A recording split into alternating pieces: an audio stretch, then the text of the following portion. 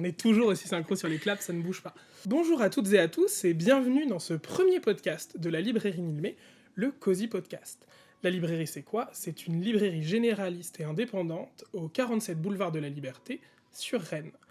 Dans ce podcast, on va parler de livres et on va blablater un petit peu de plein de sujets.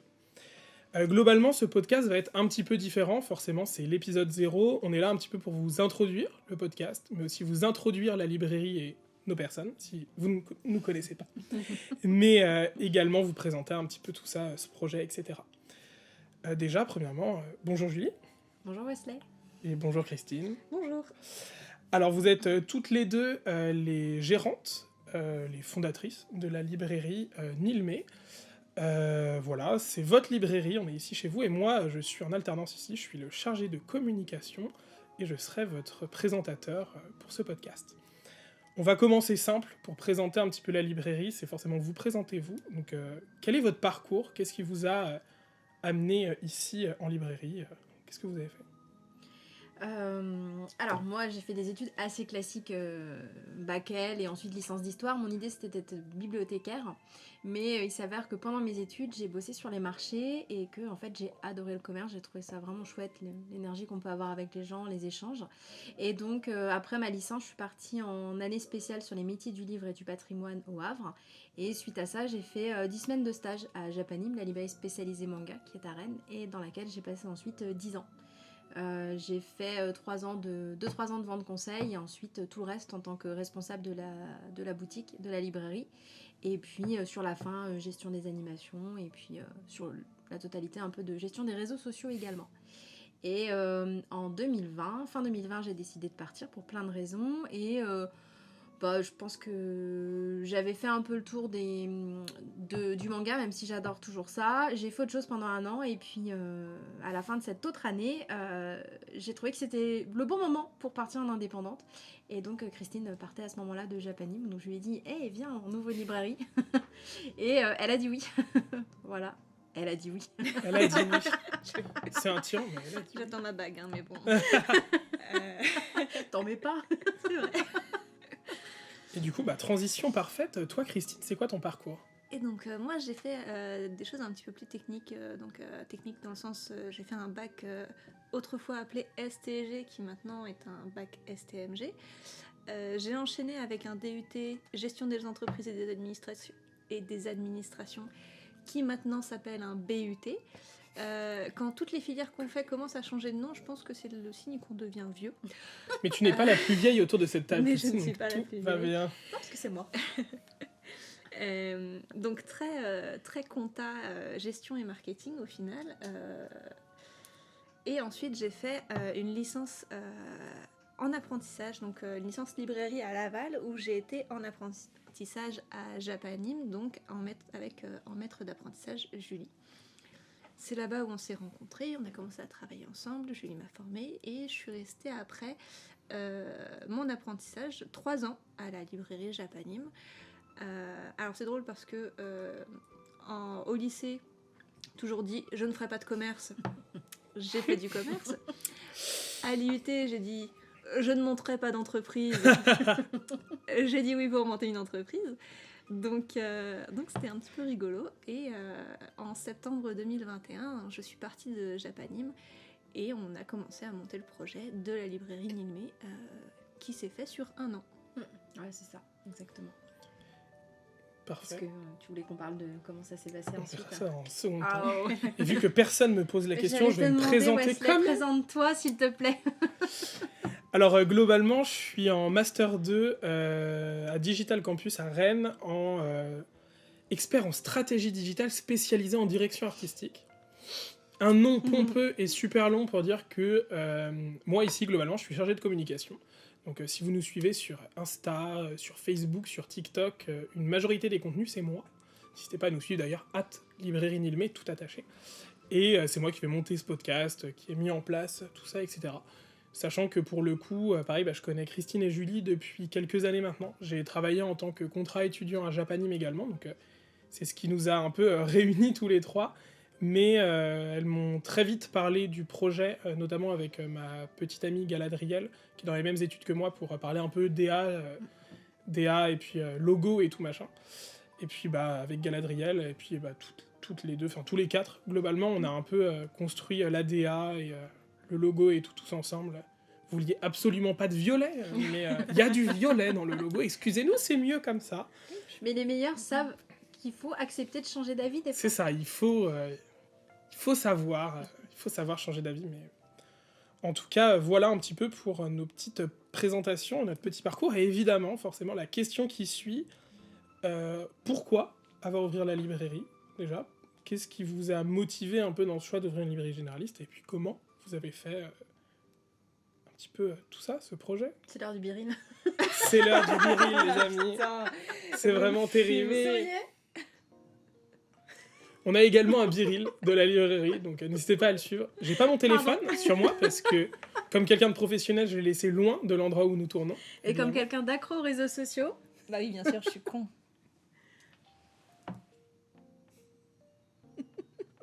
Voilà, ça a fait une petite pause de 30 secondes pour vous qui juste nous écoutiez. Ouais. Mais il y avait le biril. Il y avait le biril, ouais. On est très réseau ici, mais et du coup, oui, le projet... Pourquoi la librairie et comment la librairie? L'idée, c'était de créer un lieu où les gens se sentent bien, déjà avant tout, et une librairie où peu importe ce qu'on lit, c'est cool en fait. Enfin, il n'y a pas à avoir de jugement sur les gens, sur ce qu'ils lisent et autres. Donc, on avait envie de créer un lieu où, voilà, quand les gens rentrent en nous parlant manga, et nous on adore ça, donc on trouve ça bien. On ne joue pas avec le côté c'est sexualisé, c'est violent et autres. On adore la romance, donc il y a de la romance. On adore la fantasy, donc il y a de la fantasy. Et voilà. Et elle est généraliste pour ça. Après, on a 2 fonds un peu plus spécialisés justement en young adult fantasy, fantasy et fantastique. Et puis sur le manga, parce que ça reste quand même nos spécialités. Vas-y. Pardon, et même quand on aime moins, on ne juge pas. Et on cherche à découvrir toujours. Oui, c'est ça. Ouais, si on n'hésite pas à échanger avec les gens pour rajouter des choses au fond ou juste pour pouvoir découvrir pour nous, parce que c'est toujours intéressant. Question qu'on nous pose tout le temps, donc que je suis obligée de poser ici. Qu'est-ce que ça veut dire Nilmé? D'où vient le nom? Alors Nilmé, ça veut dire amitié en elfique kényan. Tolkien, quand il a inventé le Seigneur des Anneaux, de base c'est un linguiste et il a développé tout un lore, toute une mythologie autour de son livre, des différents peuples qu'il compose. Et donc notamment pour la langue des elfes, l'elfique, il a inventé de l'elfique ancien, premier âge, équivalent du grec ancien. Et donc, Nilmé, on aimait beaucoup la sonorité, on voulait montrer notre côté geek sans forcément l'afficher totalement. Et puis, amitié, ça nous correspond bien, comme on est soutenu énormément par nos amis. C'est vrai que ce qu'on remarque avec le projet de la librairie, c'est que forcément, vous êtes les 2 gérantes, vous êtes les personnes qui avaient lancé le projet et qui maintenaient le projet au quotidien. Mais on remarque beaucoup de soutien de gens extérieurs et beaucoup d'amitié, que ça soit passé ou même qui se sont faits sur le long terme. Parce que là, maintenant, on l'a pas dit, mais ça fait 1 an et demi que la librairie est ouverte. Ouais, complètement. Donc, en fait, même dès l'élaboration du projet, que ce soit nos familles ou notre entourage le plus proche, on a vraiment été aidés, soutenus et encouragés. Et c'est hyper important d'avoir des gens autour qui nous disent que oui, c'est le genre de lieu qu'ils aimeraient avoir. Et puis, faut pas se leurrer aussi. Nos amis, c'était nos premiers clients. Hein, donc, on les remercie encore pour les premiers mois. Ça nous a bien aidés. Et on est toujours content en plus de voir qu'ils apprécient le lieu. C'est pas juste pour nous faire plaisir. Parce qu'au bout d'un moment, si on n'a pas envie d'acheter de livres, on n'en achète pas. Il n'y a pas de problème, quoi. Et effectivement, en fait, ce qui est vraiment cool avec cette année et demie qu'on a fait à la librairie, c'est qu'on a des gens qui sont réellement devenus des amis. Alors que les rencontres se sont faites ici. Donc, Et l'autre truc aussi, je trouve assez chouette, c'est qu'il y a des gens qui sont devenus amis en dehors de nous à la librairie. Voilà. Et je trouve ça vraiment trop chouette. Je vais me permettre de rebondir sur ce qu'on dit depuis tout à l'heure, parce qu'on parle beaucoup aussi, alors on dit beaucoup librairie forcément parce que c'en est une, mais on emploie aussi beaucoup le terme de lieu. Donc pourquoi? Alors pour ceux qui ne savent pas, parce que notamment on a un espace, donc dit espace cosy, où il y a quelques tables, on peut se poser pour boire un café, un thé, une boisson fraîche, manger un petit cookie, enfin voilà, ce genre de choses. Mais c'est vrai que c'est pas partout qu'on a des librairies avec un petit espace où se poser. Pourquoi cette volonté de faire aussi un espace cosy? Qu'est-ce que ça apporte en plus, selon vous? Moi, je veux bien en parler en premier. Vas-y. Quand j'étais plus jeune, donc il y a plus de 20 ans maintenant. Les dinosaures existaient déjà. Encore, pardon. Non, il y a une vingtaine d'années, un peu plus de 20 ans, je suis allée dans une librairie qui est à Guimaec, dans le Finistère. Et je suis tombée amoureuse de ce lieu, c'est-à-dire que j'ai été vraiment... j'ai trouvé ça génial. En fait, c'est une librairie, c'est un ancien bar dans lequel il y a un espace restaurant. Et en fait, c'est aussi une librairie. Donc vous avez des murs pleins de livres et vous avez une énorme baie vitrée face à la mer. C'est juste magnifique. Et en fait, j'ai trouvé ça génial, cette idée qu'on puisse aller dans un lieu pour y boire un café et en même temps pouvoir prendre un livre sur les étagères et pour pouvoir juste cumuler deux passions qui sont être avec des amis, prendre un thé, un café et en même temps pouvoir feuilleter, pouvoir acheter des livres. Et c'était toujours resté dans un coin de ma tête. Et pour moi, je trouve qu'à notre époque, on a aussi besoin de prendre le temps, de se poser un peu. Et le fait de mettre un petit café, ça donnait une raison supplémentaire aux gens de venir. Parce qu'on n'a pas tous les jours un achat de livres à faire, mais on aime bien l'ambiance librairie. Et donc, c'était l'occasion de profiter de l'ambiance sans forcément avoir à faire cette dépense supplémentaire. Ou juste de venir acheter un bouquin, se poser 10 minutes. Voilà. Ça, c'était mon rêve un petit peu dans un coin de ma tête. Moi, j'aime le café. Mais d'un autre côté, on tourne tous au café. On tourne Ouais, tous on au tourne café. tous au café. Et puis, comme l'a dit Julie, l'espace cosy, c'est un lieu qu'on a voulu agréable pour se poser, pour tous les gens qui, quand on était à Japanime, venaient juste faire un coucou, dire bonjour, papoter 5 minutes. Avec le développement de l'entreprise, c'était de plus en plus compliqué de réussir à prendre le temps pour vraiment se poser dans un coin où l'espace était compté. Et donc avoir un espace vraiment dédié à ça, ça nous tenait à cœur. Ouais, puis j'ai l'impression qu'à notre époque, les gens ont besoin de ça en fait. On est de plus en plus isolés, que ce soit... alors, même si je suis très accro aux réseaux sociaux, au final, on est devant un écran. Alors, on peut avoir des amis un peu partout dans le monde et discuter avec eux et avoir des très grandes conversations et vraiment créer des amitiés de dingue et des vraies amitiés. Et en même temps, je pense que ça s'est vu aussi pendant le Covid, on a encore ce besoin de récupérer des petits commerçants qui sont pas loin, qui sont proches, avec qui on peut discuter 5-10 minutes, prendre des nouvelles, parler de... oui, qu'on est allé faire un examen à l'hôpital 2 heures avant et qu'on avait besoin de juste d'avoir un bonjour, voilà. Et on avait envie de recréer ça, et ce qui a été chouette, c'est que on a trouvé le local qui correspondait aussi. C'était pas évident, on en a visité plusieurs, il y en a où on n'aurait pas pu faire ça, et là je trouve qu'on a trouvé un local où on pouvait se permettre d'utiliser une partie de l'espace pour faire ce café, et on pouvait se permettre d'utiliser cet espace justement pour que les gens puissent aussi s'installer, quoi. Ouais, c'est vrai que pour le coup, alors on le voit moins ici dans le cadre de ce podcast. Donc vous devrez soit venir nous voir ou nous croire sur parole. Mais globalement, oui, on a tout fait, enfin vous avez tout fait en tout cas pour que le lieu soit le plus chaleureux possible, le plus accueillant, le plus cosy, que ça soit un peu une safe place au final. C'était l'idée. Ça se ressent en effet dans cet espace cosy, ça se ressent aussi dans la décoration, le choix de cette table par exemple sur laquelle on est, qui est une vieille table massive en bois, des tapis qui sont les tapis des grands-parents, le mobilier dans le café, enfin globalement on ressent aussi cette atmosphère et cette volonté de faire un espace chaleureux et accueillant, même dans la déco et dans le matériel. On a des copains il n'y a pas longtemps qui m'ont dit que les gens n'avaient pas conscience à quel point c'était nous, en fait. Les clients qui ne nous connaissent pas en dehors n'ont pas conscience à quel point la librairie c'est nous, en fait. C'est sur des petits détails, c'est-à-dire que ça va pas crier Julie et Christine partout, mais dans effectivement le choix d'ameublement, le choix de déco et plein de petits détails par-ci par-là, ouais, c'est vraiment, on a mis une partie de nous dans la librairie, quoi. Après, ça me ferait quand même mourir de rire si on avait des petites statuettes qui hurlaient Julie et Christine, mais bon, après, moi je dis ça comme ça. On aurait un nouveau traumatisé. Ouais, non, on va pas faire ça. Mais globalement, ce qui va un peu aussi dans ce côté tiers-lieu, presque un petit peu, c'est également le mur d'exposition, du coup, qui est au-dessus de l'espace cosy. Donc on a un mur qui permet à des artistes, que ça soit des peintres, des photographes, des illustratrices, des illustrateurs, enfin bref, tout plein de styles d'artistes différents qui peuvent venir exposer sur ce mur. Donc ça change à peu près toutes les 4-5 semaines. Et pareil, dans l'espace cosy, on a l'espace cosy qui se ferme pour se transformer dans ce qu'on appelle nous. Qui se ferme aux 2 tiers seulement. Oui. Il reste le petit salon. Il reste le petit salon, mais ce qui se ferme aux 2 tiers pour accueillir encore une fois une créatrice, un créateur, et lui laisser un espace finalement de vente et de présentation de ses produits. Mais c'est vrai que déjà, rien que ça nous permet aussi de pousser un petit peu ce côté tiers-lieu, ce côté un peu rencontre, de faire... on est dans une rue passante, donc il y a des sirènes parfois, je sais pas si vous avez entendu.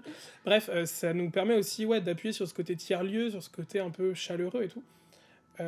Est-ce qu'il y avait une volonté un peu particulière autre que ça, genre dans cette volonté de mettre des expos, de faire venir des créateurs, ou c'est vraiment juste pour faire vivre la librairie en votre Non, sens? je pense que c'est la continuité de ce qu'on disait tout à l'heure. C'est vraiment un lieu où les gens... Enfin, on voulait un lieu où les gens se rencontrent. Vraiment, où ils échangent, ils discutent, ils deviennent amis. En fait, pour nous, l'exposition... Enfin, le mur d'exposition et les shops qu'il y a une fois par mois, c'était juste la continuité de ce qu'on avait déjà en tête, en fait.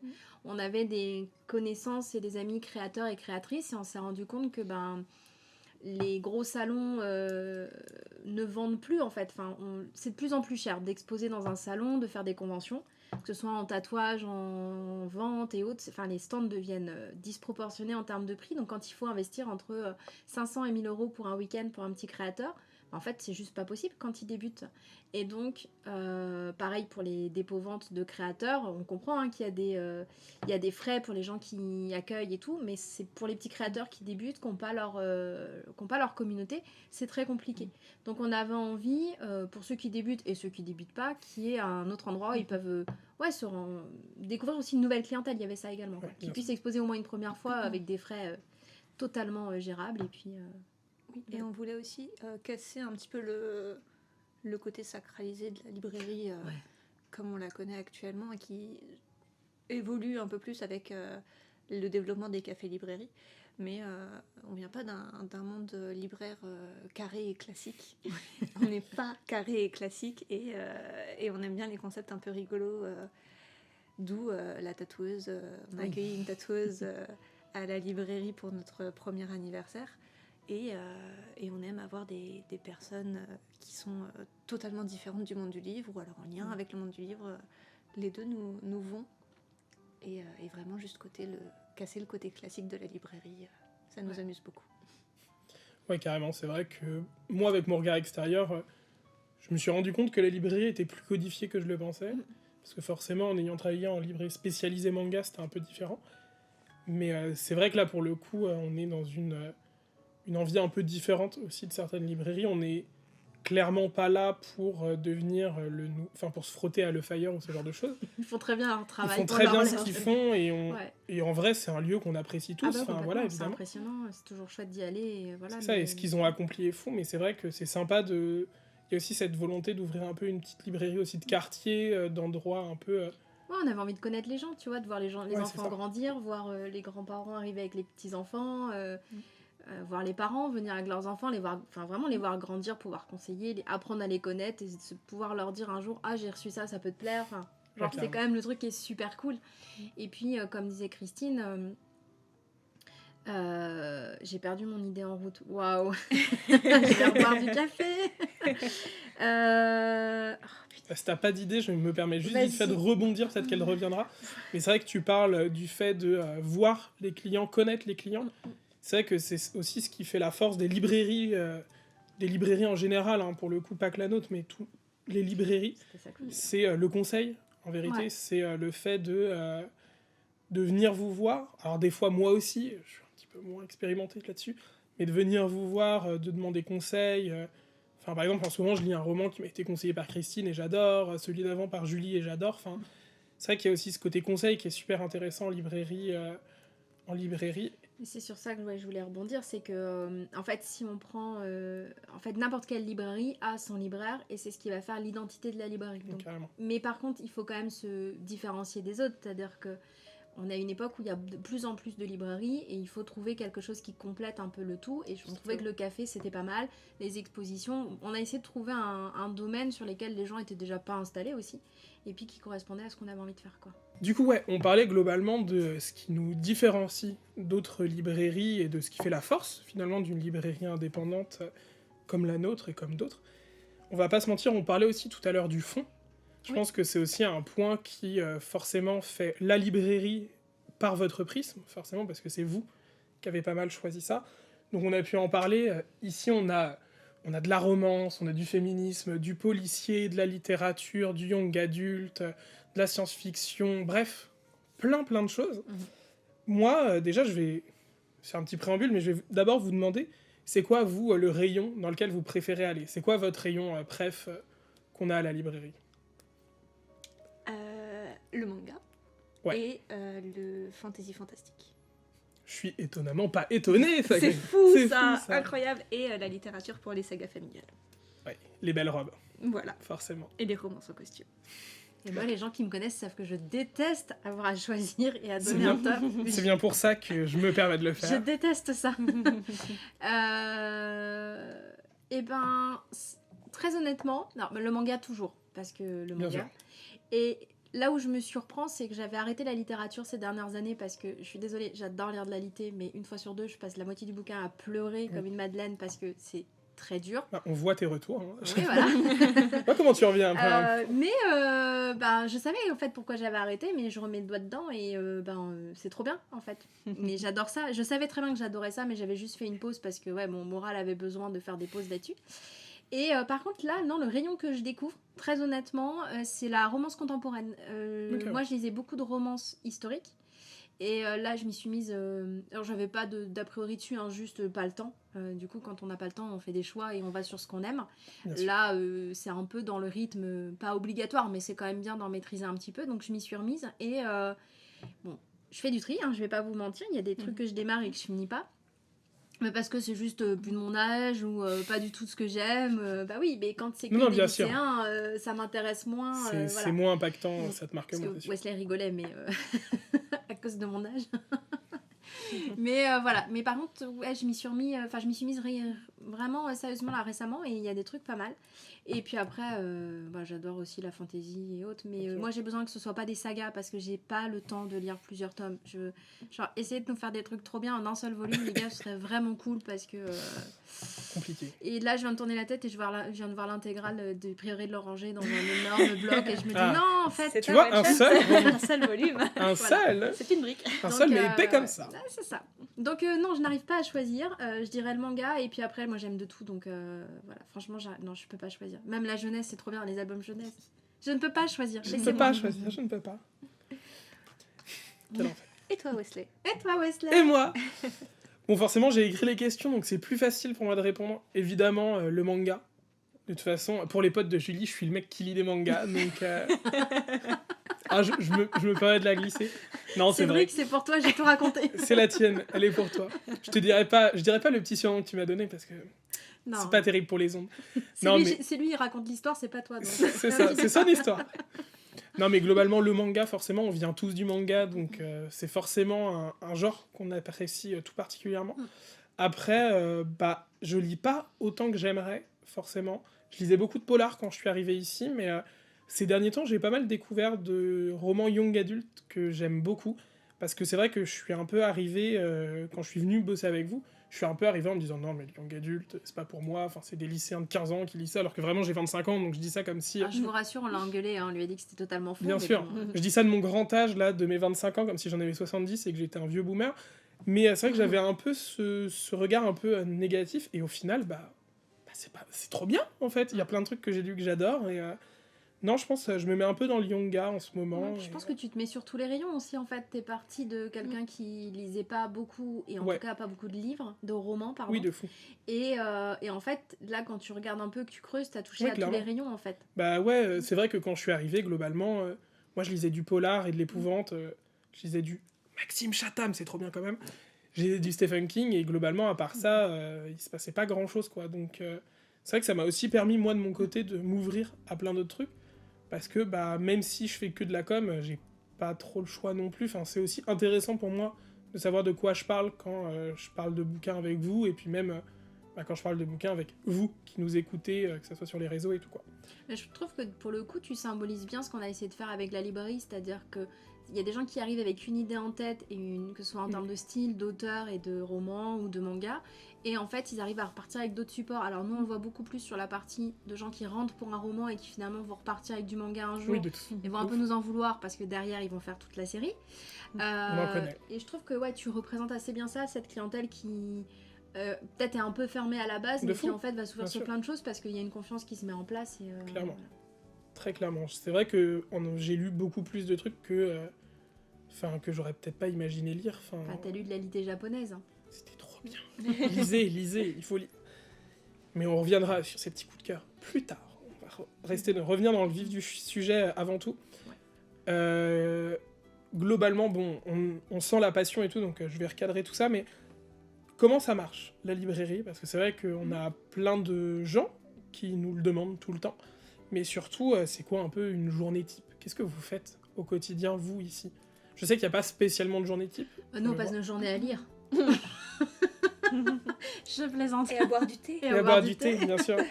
Comme moi, je passe mes journées à faire des danses TikTok, bien sûr, c'est évident. En fait, si on prend la journée type, tous les matins, donc il faut arriver à la librairie. En général, on fait un peu de mise en place, c'est-à-dire qu'il peut rester des choses de la veille, des trucs qu'on n'a pas rangés, des bouquins qu'on a un peu laissés en attente. Sur la partie café, récupérer la vaisselle qu'on a laissé sécher. Voilà, allumer le PC, ouvrir la caisse, donc les trucs lambda d'une ouverture de magasin, allumer toutes les lumières, sortir le banc, le panneau, les caisses d'occasion. Et puis après, la journée, le matin c'est toujours un peu calme. Donc il y a plusieurs possibilités, soit on en profite parce qu'il y a un peu de ménage à faire, des papiers à trier. On fait aussi ce qu'on appelle les nouveautés, c'est-à-dire il y a des fichiers à remplir pour commander les livres qui vont arriver 2 à 3 mois plus tard. Donc ça, souvent c'est des grosses sessions, il nous faut une petite semaine, le temps de faire tout. Qu'est-ce qu'il y a d'autre après? De la veille informationnelle, beaucoup. Ouais. Et sinon, ça va être plus sur une semaine type où dans une semaine, on va forcément avoir des grands temps forts de ménage, de rangement de livres, de réception de cartons, on ouvre des cartons et c'est Noël, la nouveauté qu'on attendait depuis des semaines. Beaucoup de surprises heureuses. Et puis bien sûr de l'accueil client, du conseil, C'est ça. des cafés à faire, de la vaisselle à faire, Des paquets cadeaux, des livres à porter, beaucoup de livres à porter, encore des livres à porter. à ranger, beaucoup à ranger. Et puis après, le soir, fermeture de caisse, passer les commandes, refaire un peu de ménage et puis rentrer chez soi. Et au milieu de tout ça, on oublie faire le point avec toi sur la communication, Bien sûr. tourner les vidéos qu'il y a à tourner. Faire des podcasts. Préparer des notules. Donc les notules, c'est les petits papiers que vous voyez sur les livres avec nos avis. De temps en temps, quand on a le courage, poster sur nos Instagram perso de livres des avis. Voilà. Est-ce que vous voulez faire un petit... Tous les liens sont dans la barre d'infos. Parce que ça doit être, pour Christine, c'est écrit, c'est les livres. Je crois que c'est Et ça. pour moi, c'est les chroniques d'une libraire. Voilà, c'est ça. Je suis pas très active au niveau des posts, mais je poste un peu en story. Et puis je suis toujours dispo pour échanger avec vous. Et pour l'instant, Christine est en pause indéfinie. Moi, je suis aux abonnés absents. Voilà. Je continue à Mais lire, retrouver ses conseils en magasin. Voilà. Et oui, c'est ça. Exactement. Et puis au milieu de tout ça, Ou oui, chacune. c'est aussi discuter avec les clients, prendre le temps, écouter leurs conseils, se renseigner sur les bouquins. Voilà. Puis il y a aussi une partie immergée qu'on ne voit pas. Ça, pour le coup, c'est plus toi, Christine, qui gère, mais tout ce qui est compta, tout ce qui est gestion des factures, tous ces trucs. Oui. Infernaux. La joie. Payer les factures, les trier, les ranger, les envoyer à la comptable. J'ai pas beaucoup de travail non plus, ça me prend 5 ou 6 heures par mois. Voilà, une bonne journée de travail par mois. Ça va. Ce qui est déjà... Je dis elle parce que Parce s'en que occupe pas. personne n'a envie de mettre Oui, son nez dans des chiffres, à part quelqu'un qui a fait un DUT GEA, gestion des entreprises. Oui, forcément. Oui, j'aime beaucoup. Voilà. De toute façon, Christine adore l'ordre. Adore les petits plats. Mais je vais rebondir sur ce que tu disais. Tu parlais des nouveautés, des trucs comme ça. Justement, comment vous choisissez? Genre, comment vous choisissez quand vous faites vos commandes de nouveautés? Comment vous savez ce que vous voulez commander? Honnêtement, c'est très dur parce qu'il n'y a pas de règles. En fait, on apprend des choses en cours qui sont de commander ce qui correspond au fond de la librairie, mais un fond de librairie et une ligne éditrice, c'est compliqué. En fait, elle est totalement personnelle, c'est-à-dire que je pense que la majorité des gens dans le monde du livre voudraient qu'on mette des mots très français et très carrés qui sont on vend de la littérature générale, ou on vend de la littérature américaine, ou de la littérature japonaise, ou alors du manga, ou du young adulte. Mais nous, on met des trucs qu'on aime, en fait. C'est là où on n'est pas très carré. C'est qu'en fait, il y a vraiment notre sentiment personnel qui va jouer dedans. Donc en fait, sur un fichier de commande qu'on va recevoir, ça peut aller de 200 livres à 1500 livres à commander par mois. Donc là, on va trier en fonction des maisons d'édition avec lesquelles on sait qu'on a des affinités ou pas. On enlève déjà tout ce qui est pratique, beau livre, parce qu'on ne le fait pas. Ouais. Donc ça, déjà, nous, ça va un peu vite, tout ce qui est guide routard et autres, on enlève tout. Après, sur chaque livre, on regarde un peu... si c'est des domaines qu'on maîtrise moins, on va regarder qui est l'auteur, on va regarder les avis de notre représentant, si le commercial a mis un avis, si c'est un enjeu chez l'éditeur ou pas, c'est-à-dire s'il y aura un plan de com qui va être fait, si c'est un livre qui va être présenté en radio, en télé. Et puis, le résumé, bien sûr, il faut quand même regarder ça. Et on écoute aussi nos clients. Et on écoute nos clients, c'est-à-dire que l'idée de passer du temps à discuter avec les clients, c'est aussi parce qu'en fait, c'est leur librairie, donc aussi, malgré tout. Donc si on sait qu'il y a un auteur qu'ils adorent, oui, forcément, la fois d'après, on va faire attention à commander le nouveau livre de cet auteur ou de cette autrice, parce que quand on a demandé 3 fois en commande, il y a un moment, on sait écouter les gens, et on sait rajouter l'auteur à la librairie, et on sait penser à le prendre, quoi. Voilà. Et c'est surtout l'affect, par contre, à un moment qui va jouer, c'est une jolie couverture, un auteur qu'on aime bien, un résumé qu'on trouve cool, voilà, on va le rajouter. Mais je pourrais pas dire qu'on a des règles hyper précises, je pense qu'on est les personnes les moins précises du monde sur nos commandes. Ouais. Beaucoup de compromis. Oui, aussi. Beaucoup de compromis. Ouais, il faut faire des compromis, mais en fait, pour rentrer dans la comptabilité, c'est pas compliqué, il faut aussi faire des compromis entre ce qu'on a envie de rajouter dans la librairie et le prix que ça va nous coûter dans 3 mois. C'est malheureusement des choses sur lesquelles on est obligé d'être attentive. Donc sur les quantités qu'on va commander, on est obligé d'équilibrer en fonction du nombre de titres, quoi. Donc, on a parlé un petit peu de tout ce qui était la journée, finalement, un peu type, surtout une semaine type, de comment vous commandiez les nouveautés, tout ça. Globalement, on vient souvent nous voir pour savoir comment ouvrir une librairie, comment ça fonctionne, et surtout quel genre de profil, quel genre de personne faut être. Donc c'est un peu la question que je vais vous poser, mais un peu plus simplifiée quand même. Quels sont pour vous les petits conseils, quels sont les avantages, les inconvénients de ce métier ? Qu'est-ce qui... parce que beaucoup de gens veulent faire ça, mais parfois se rendent pas compte justement, ils sont... comme moi, je pouvais l'être avant d'arriver, dans cette imagerie de vous êtes derrière la caisse, vous bouquinez, vous buvez un café, quoi. Ce qui n'est pas la vraie vie. Ce qui n'est pas véritablement ça, mais du coup, peut-être, c'est à Christine, je te laisse commencer si tu veux. Oui. Je t'ai pris en dépourvu comme ça, j'ai mis un flingue sur ta tempe. Non, alors qu'en plus, j'étais en train de me dire, alors du coup, pour ouvrir une librairie, il faut du sang, de la sueur, des larmes, quelques sacrifices humains. Et non, tu me demandes les avantages et les inconvénients. Je suis un petit peu triste. Tu peux dire comment si tu veux. Vous êtes libre, c'est votre podcast. Alors, C'est vrai. Je vais commencer par les inconvénients, pour finir sur le positif. Les inconvénients, il faut savoir qu'en librairie, c'est beaucoup de, comme on l'a dit tout à l'heure, de manutention, de livres et de cartons à apporter. Les cartons peuvent aller jusqu'à, je crois, 20-23 kilos quand ils sont bien blindés. Donc, il faut avoir une certaine forme physique, un peu de force dans le dos quand même. Et c'est un métier où, globalement, on reste debout souvent, on piétine. Donc, encore une fois, la forme physique... quand on a des problèmes de dos, c'est pas très conseillé. Et ensuite, la librairie, c'est un commerce, donc c'est des horaires du commerce, c'est du travail le week-end, parfois les jours fériés, les vacances. Pour les fêtes de Noël, c'est la grosse saison, donc le mois de décembre est assez chargé. Et comme dans tout commerce, parfois on a des gens pas très gentils. Mais heureusement, la plupart sont adorables. Et donc, les points positifs, quand même, c'est le contact client, où on voit des gens toujours tous très différents. On a toujours des demandes différentes. Essayer de conseiller une demande particulière, c'est un petit challenge, un super défi à relever. Et c'est toujours hyper gratifiant quand les gens reviennent nous voir et nous disent « Je l'ai adoré celui-là, la dernière fois vous me l'avez conseillé, je veux la même chose ». Petite pointe de défi. Et personnellement, j'adore quand les cartons arrivent parce que quand on les ouvre, c'est un petit peu de Noël à chaque fois. Et voilà, je crois que pour moi, c'est ça les côtés positifs, le lien, les gens et les découvertes. Moi, mon premier conseil, c'est le faites pas. Non, alors, j'adore notre librairie, j'adore ce qu'on en a fait, mais si on va être très honnête... ouvrir une librairie à notre époque, c'est vraiment un super challenge parce que déjà on est nombreux, C'est pas une critique, hein, nous on fait partie des dernières à s'être installés, donc je pense qu'il y a de la place pour tout le monde, mais je pense aussi qu'il faut vraiment s'accrocher.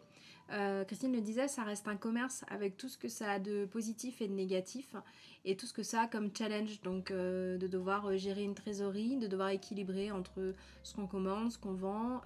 Nous là on est en plein dedans justement. Les débuts de deuxième année sont toujours un peu complexes, tout ce qui est masse salariale, tout ce qui est les dépenses qui n'étaient pas prévues. N'oubliez jamais qu'il y a une taxe foncière, n'oubliez jamais qu'il faut payer l'électricité, le gaz et tutti quanti. Voilà, en fait il y a plein de choses, même si on est préparé, qui vont être amenées en supplément. Il y a toujours des petits détails auxquels on n'a pas pensé, que ce soit au moment de l'installation, sur les travaux, vous pouvez avoir fait un budget et en fait dites-vous toujours que votre budget sera explosé. Dites-vous toujours qu'il y aura des mauvaises surprises. Si vous n'avez pas de mauvaises surprises, vraiment, tant mieux pour vous. Nous, on est les reines de « ça n'arrive jamais ». Je comprends pas vraiment pourquoi ça vous est arrivé, parce que je n'ai jamais vu ça. Ça, c'est notre grande spécialité. Et après, non, franchement, c'est un métier qui est génial. Il n'y a rien de plus gratifiant, comme disait Christine, d'avoir quelqu'un qui revient vous voir parce que vous lui avez conseillé quelque chose et que cette personne-là a aimé. C'est la relation de confiance, qui se met avec les gens sur... J'en parlais tout à l'heure, j'ai reçu ça, ça va te plaire, et les gens qui le prennent sans hésitation en fait, parce que si on en parle, c'est qu'on le dit vraiment avec le cœur et pas juste pour le côté financier. Donc ça, c'est vraiment top. Voilà, je pourrais pas dire grand chose de plus à part c'est trop cool, mais vraiment, faut s'accrocher. La sueur, le sang, les larmes, le stress. Non, je suis complètement matrixé. T'as dit sans hésitation, j'ai pensé à Edouard, Bella, Twilight. C'est infernal. Du coup, ça m'a fait rire tout seul. J'étais en train de ricaner dans mon coin. Mettez dans les commentaires si vous êtes team loup-garou ou team vampire. Alors, Christine a la tête dans les mains parce qu'on a souvent débattu de ça. Donc c'est un peu marrant que ça revienne aujourd'hui. Écoute, Christine. Ça revient quoi? Ça revient tous les mois? Après avoir revu Twilight là, au cinéma, alors je reste team vampire pour la raison de l'éternité et de l'immortalité que je trouve un peu cool. Mais tu veux pas être une boule à facettes?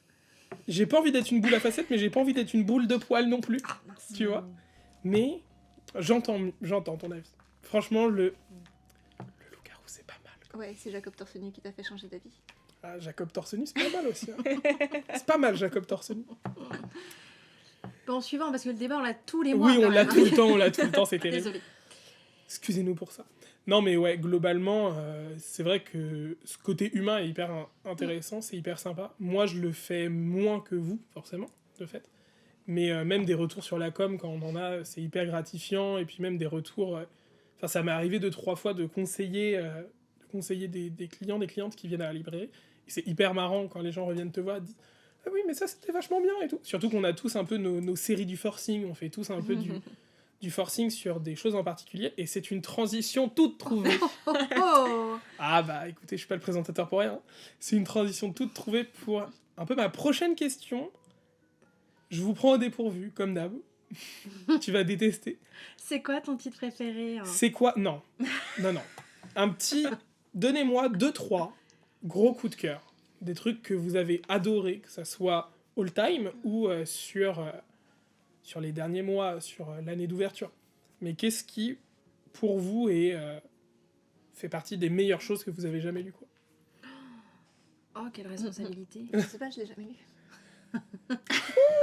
Beaucoup de blagues aussi, beaucoup de blagues. La vanne était bonne. La vanne était pas mal. J'entends, la vanne est pas mal.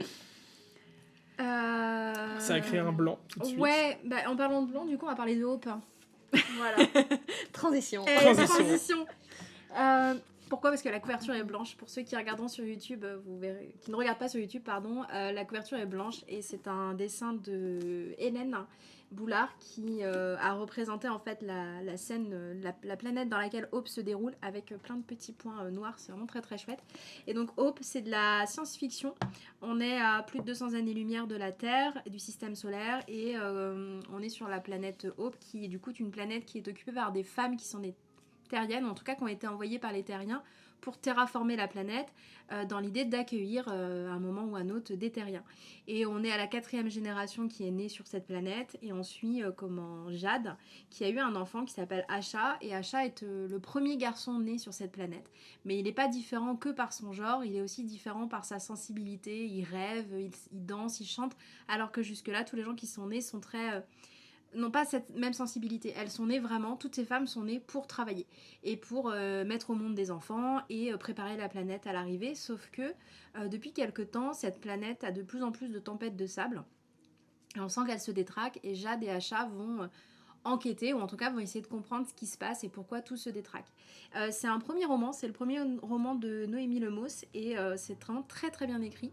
Pour ceux qui aiment la science-fiction, je pense que vous trouverez tout ce qui peut plaire dedans, que ce soit en termes de personnages, de planètes, de mise en place, de thématiques, tout est bien.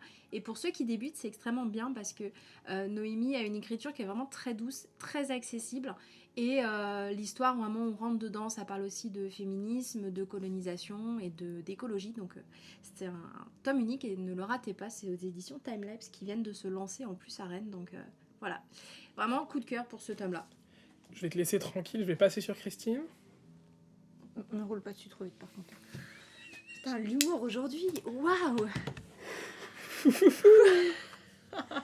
que de dire des bêtises, as-tu réfléchi à ta...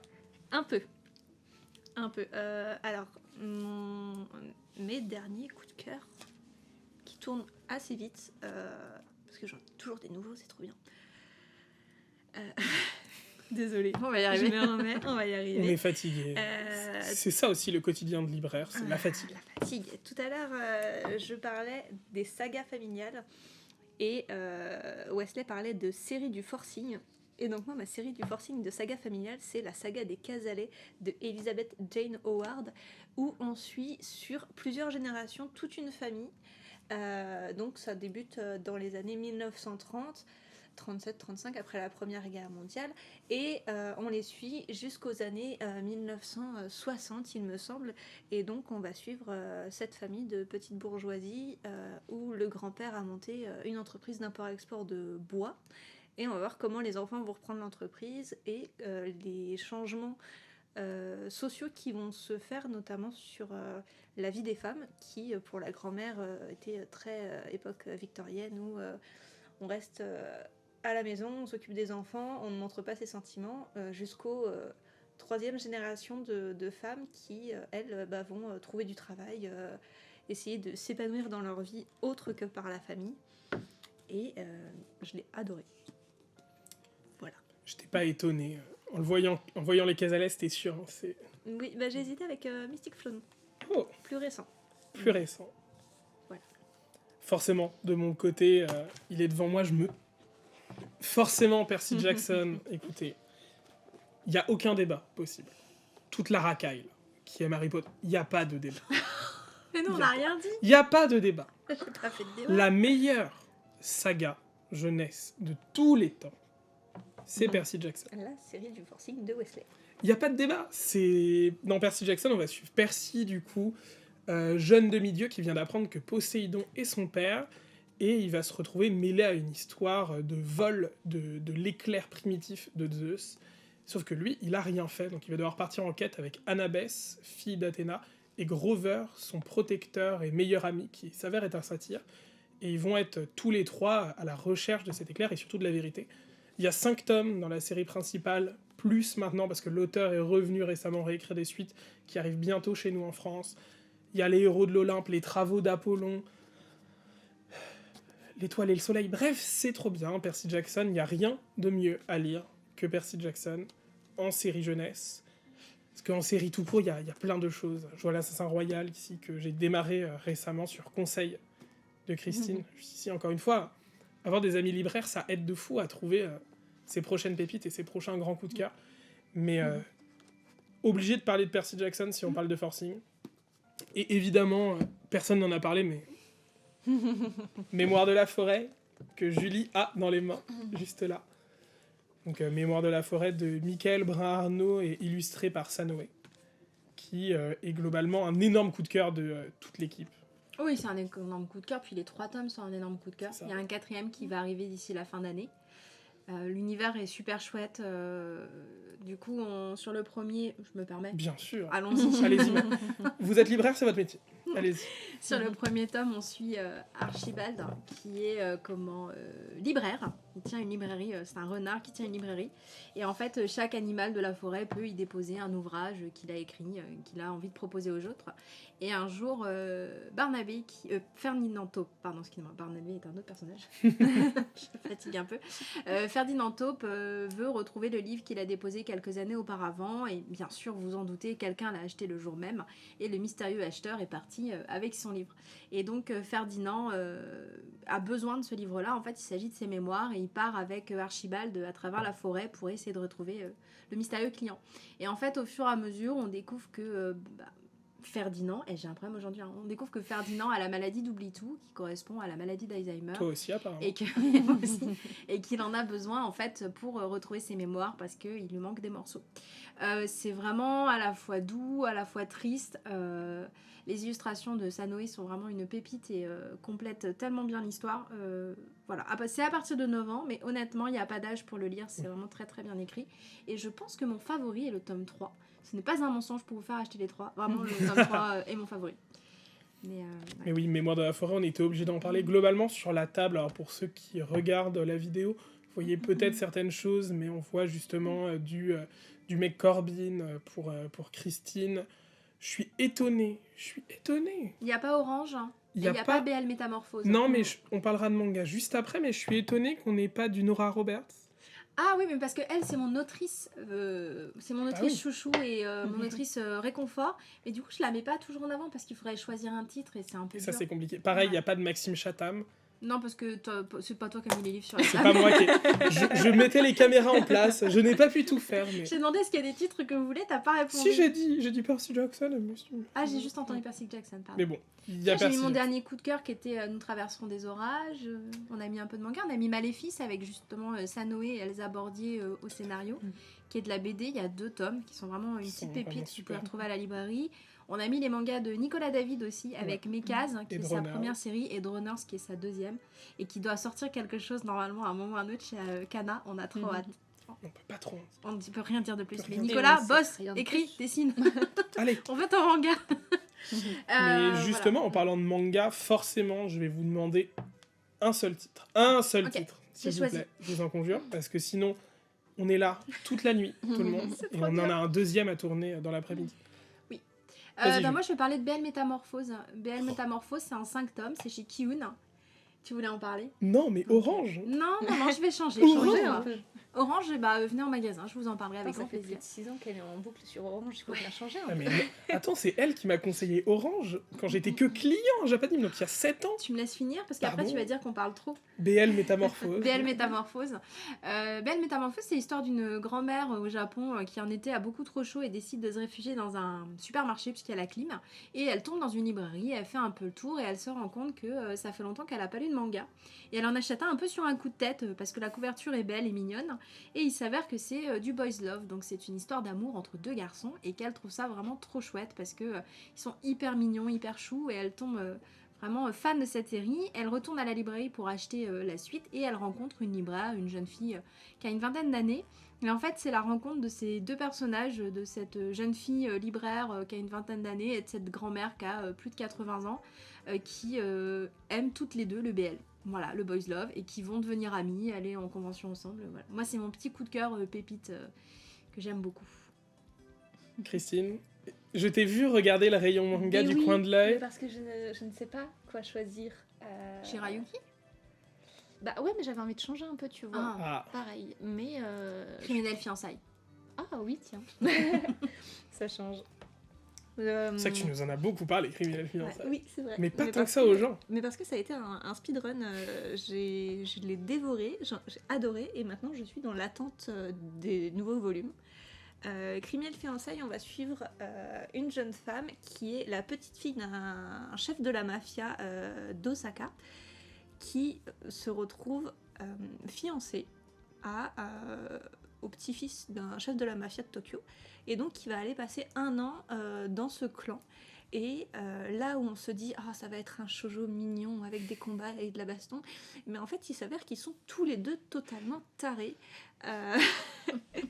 et qu'ils s'entraînent l'un l'autre dans des choses un peu folles, et on va suivre beaucoup d'intrigues de gangs, de combats bien sûr, et assez peu de romance au final, mais des choses très rythmées.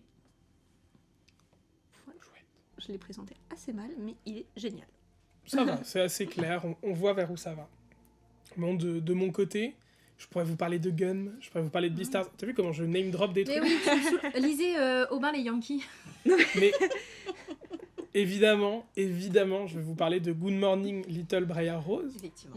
Bah ouais, non mais je suis obligé, c'est le meilleur manga de tous les... Encore une fois, je suis très binaire, hein, très tranché toujours sur mes avis. Globalement, c'est fini en 6 tomes. On suit un jeune homme qui veut se faire un peu d'argent pour aider sa famille et va se retrouver à bosser pour son père dans une société de nettoyage. Et il va se retrouver surtout à nettoyer et à s'occuper du jardin d'une grande demeure. Sauf que dans ce jardin, il y a une dépendance, et dans cette dépendance, il voit qu'il y a une jeune fille. Il a interdiction d'aller la voir et de rentrer, mais il va un petit peu se poser des questions sur qu'est-ce qu'elle fait là, qui c'est, qu'est-ce qui se passe. Il va se lier d'abord d'amitié avec cette jeune fille, puis peut-être plus, mais c'est leur rencontre à tous les deux, sachant que cette jeune fille a quasiment toute sa vie vécue en autarcie, a toute sa vie vécue ici, parce que elle est un petit peu solitaire, parce qu'elle semble avoir comme plusieurs personnalités en elle, et que ses parents savent pas trop quoi faire avec elle, et du coup elle vit un petit peu toute seule, et reclus dans cette maison. Mais c'est poignant, c'est mignon, ça m'a fait chialer du tome 3 jusqu'à la fin. C'est absolument bien, je vous conseille très fortement, comme à peu près 100% des clients qui un jour m'ont demandé du manga et qui sont passés dans la librairie, de lire Good Morning Little Briar Rose, parce que c'est le meilleur manga jamais écrit en fait, désolé. Toujours très... Je lis pas beaucoup, mais ce que je lis et ce que j'aime, je l'aime à fond. C'est pas mal. Tu lis plus que ce que t'as l'impression de lire. Arrête. C'est vrai, mais Ouais. ce que j'aime, je l'aime beaucoup. Comme De d'habitude. toute façon, ce qu'on aime, nous, on aime beaucoup. Ouais, on est très... Ouais. On est un peu monomaniaque de certaines choses, mais ça va. Si peu. Si peu, oh, très peu nous. Très très peu. J'écoute pas du tout Julie au quotidien parler d'acteurs thaïlandais, de chanteurs thaïlandais, du prochain clip de Jeff Satur qui sort dans quelques jours. Alors, En même temps que l'album, le 8 février. voilà, le 8 février, on tourne ça le 5. L'impatience est à son J'en maximum. peux plus, j'ai un compte à rebours sur mon téléphone. Donc voilà, on n'est pas du tout monomaniaque ici. Mais avant de clôturer ce premier épisode, globalement, c'est quoi le futur pour Nilmé? C'est quoi là les prochains projets, sachant que ce podcast risque de sortir fin du mois, je pense, début du mois prochain. Mais qu'est-ce qui... Le futur, quoi c'est d'être encore là dans les prochaines années. On va avoir Carrément. besoin du soutien de tout le monde, on va pas se mentir. Le futur, c'est de continuer sur la lancée, d'avoir un lieu où les gens se sentent bien et où ça fait le tour de Rennes et où les gens continuent à venir parce qu'ils sont bien chez nous. Et après, dans les projets les plus immédiats, tous les mois, vous retrouvez une échoppe à la librairie, un samedi par mois. On a également, avec Atelier Poulpe, des ateliers broderie. On a dans les tuyaux, avec des connaissances, peut-être des ateliers sculpture, peut-être cuisine. On est en train de réfléchir. Toujours plein de Ouais. projets. Et puis, si vous avez envie de vous faire tatouer, la prochaine tatoueuse, elle vient en septembre. Qu'est-ce qu'on a d'autre On a le plein mur de petites d'expo choses. qui Ouais. change tout le temps. Le mur d'expo, c'est toutes les 4 semaines. Les deux Voilà. clubs de lecture. On a lancé très récemment un club de lecture spécialisé dans la littérature. Voilà, sachant qu'on a un club de lecture plus généraliste aussi. C'est ça. Et toutes les infos sont sur Instagram. C'est ça. Non, l'idée, c'est de continuer à vous proposer des coups de cœur, donc continuer à lire en dehors de la librairie. Voilà. Et continuer à se spécialiser sur le manga parce que c'est vraiment un fond sur lequel on a un très gros affect et on a envie de continuer à vous proposer des séries qui sont peut-être pas les plus connues, mais qui, pour nous, sont hyper qualitatives, des petites pépites, et on espère que vous continuerez à nous dire que vous les aimez. Voilà. Je pense que c'est pour les projets les plus proches. C'est pas mal déjà. Ouais. C'est pas mal parce que on a fait pas mal de choses cette année. Au final, ce podcast devait sortir il y a quelques mois, mais on a eu Ouais. quelques problèmes. Donc vous nous voyez qu'en février-mars, alors qu'on devait arriver en septembre pour notre anniversaire, ça devait un peu marquer nos 1 an. Mais globalement, en 1 an et demi, maintenant, on a réalisé plein de choses. On a des tote bags, on a des mugs, maintenant on a des marque-pages avec des illustratrices. Voilà, pour les gens qui regardent sur YouTube, nos magnifiques mugs disponibles en 4 coloris, violet, rose, jaune et vert. C'était l'instant placement. C'était nos petits placements de produits, mais globalement, si vous voulez rater aucune des informations de toute façon de la librairie, n'hésitez pas à nous suivre sur les réseaux sociaux. Là où vous aurez le plus d'infos et qu'on est le plus régulier, c'est surtout Instagram et Facebook. @librairie-nilmé, donc Nilme, tout attaché. Mais n'hésitez pas à venir nous voir au 47 boulevard de la Liberté. En tout cas, merci Christine, merci Julie pour ce premier épisode, et surtout merci à vous, derrière votre écran ou dans vos écouteurs, j'en sais rien, je sais pas pourquoi je parle comme si j'étais un animateur de radio. Parce que tu es notre animateur. Je suis votre animateur et je le serai pour la prochaine fois. Merci tout le monde de nous avoir écoutés. Merci beaucoup. Au mois suivant, au prochain mois, pour le prochain épisode, n'hésitez pas à nous donner des petits retours, des petits avis sur ce format, si ça vous plaît, ce que vous aimeriez potentiellement voir ou entendre de plus. On a pas mal d'idées pour des prochains podcasts, mais qui vont petit à petit se mettre en marche. Donc voilà, pareil, si vous avez des idées d'intervenants, de choses, de thèmes que vous aimeriez qu'on aborde, n'hésitez pas à nous en parler et on essaiera au maximum. Parce qu'on est assez ouvert sur les sujets, on n'est pas fermé, ça c'est sûr. C'est ça, le but, on adore parler, donc le but c'est surtout de parler, de blablater avec vous et de vous partager tout ça. En tout cas, merci tout le monde. On va pas vous embêter plus longtemps. À très bientôt pour le prochain épisode. Salut. Bye. J'ai vraiment fait.